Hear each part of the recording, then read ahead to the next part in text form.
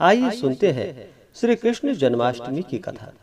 सबसे पहले तो आप सभी भक्तों को श्री कृष्ण जन्माष्टमी की ढेर सारी शुभकामनाएं। आप सभी के जीवन में भगवान श्री कृष्ण की कृपा से आप सभी को सभी प्रकार के सुख और समृद्धि की प्राप्ति हो। तो आइए सुनते हैं श्री कृष्ण जन्माष्टमी की कथा।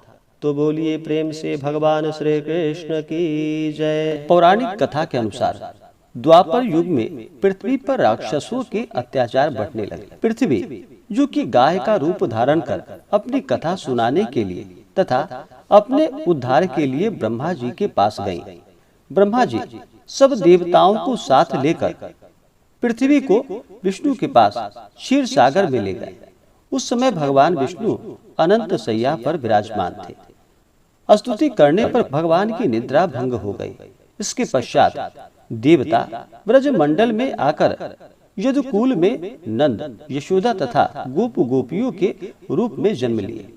द्वापर युग के अंत में मथुरा में उग्रसेन राजा राज्य करते थे। उग्रसेन के पुत्र का नाम कंस था। कंस ने उग्रसेन को बलपूर्वक सिंहासन से उतारकर जेल में डाल दिया और स्वयं राजा बन बैठा। कंस की बहन देवकी का विवाह यादव कुल में वासुदेव के साथ हो गया।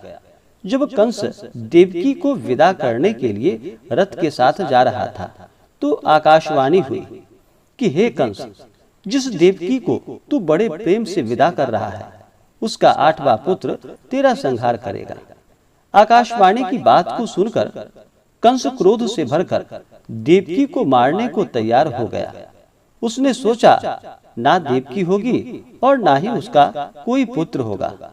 वासुदेव जी ने कंस को समझाया कि तुम्हें देवकी से तो कोई भय नहीं है, देवकी की 8वीं संतान से तुम्हें भय है, इसलिए मैं इसकी 8वीं संतान को तुम्हें सौंप दूंगी। तुम्हारे समझ में जो आए उसके साथ वैसा व्यवहार करना। कंस ने वासुदेव जी की बात को स्वीकार कर ली और वासुदेव जी को कारागार में बंद कर दिया। तत्काल नारद जी वहां पर आ पहुंचे और कंस से बोले कि हे कंस, यह कैसे पता चलेगा कि 8वां गर्भ कौन सा होगा? गिनती प्रथम से या अंतिम गर्भ से शुरू होगी। कंस ने नारद जी के परामर्श पर देवकी के गर्भ से उत्पन्न होने वाले समस्त बालकों को मारने का निश्चय कर लिया। इस प्रकार एक एक करके 7 बालकों को निर्दयता पूर्वक मार डाला और भाद्रपद के कृष्ण पक्ष की अष्टमी को रोहिणी नक्षत्र में श्री कृष्ण का जन्म हुआ। उनके जन्म लेते ही जेल की कोठरी में प्रकाश फैल गया। वासुदेव देवकी के सामने शंख, चक्र, गदा एवं पद्मधारी चतुर्भुज भगवान ने अपना रूप प्रकट कर कहा, अब मैं बालक का रूप धारण करता हूँ। तुम मुझे तत्काल गोकुल में नंद के यहाँ पहुँचा दो और उनकी अभी अभी जन्मी कन्या को लाकर कंस को सौंप दो। तत्काल वासुदेव जी की हथकड़ियाँ खुल गई, दरवाजे अपने आप खुल गए, पहरेदार सो गए। वासुदेव श्री कृष्ण को लेकर गोकुल को चल दिए।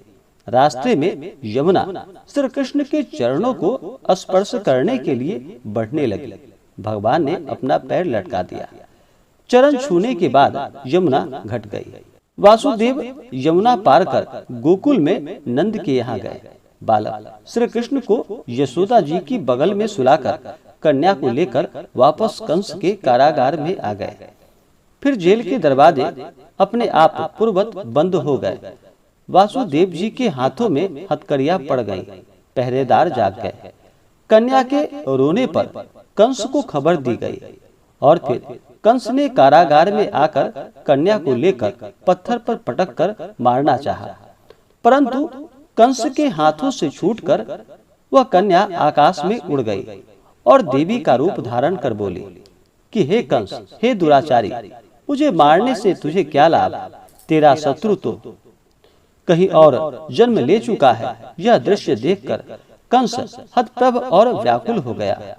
कंस ने श्री कृष्ण को मारने के लिए अनेक प्रकार के दैत्य भेजे और भगवान श्री कृष्ण ने अपनी अलौकिक माया से सारे दैत्यों को मार डाला और उन्होंने अपने बालपन में कई लीलाएं की और फिर अंत में कंस को मारकर उग्रसेन को राजगद्दी पर बैठाया। श्री कृष्ण की पुण्य जन्म तिथि को तभी से सारे देश में बड़े हर्ष और उल्लास के साथ मनाया जाता है और श्री कृष्ण जन्माष्टमी के उपलक्ष्य में भगवान श्री कृष्ण का इस दिन पूरे विधि विधान के साथ पूजन किया जाता है। भगवान श्री कृष्ण का श्रृंगार करवाया जाता है। भगवान श्री कृष्ण को माखन मिश्री का भोग लगाया जाता है। इससे भगवान श्री कृष्ण अति प्रसन्न होते हैं और अपना कृपा प्रदान करते हैं। तो बोलिए प्रेम से भगवान श्री कृष्ण की जय।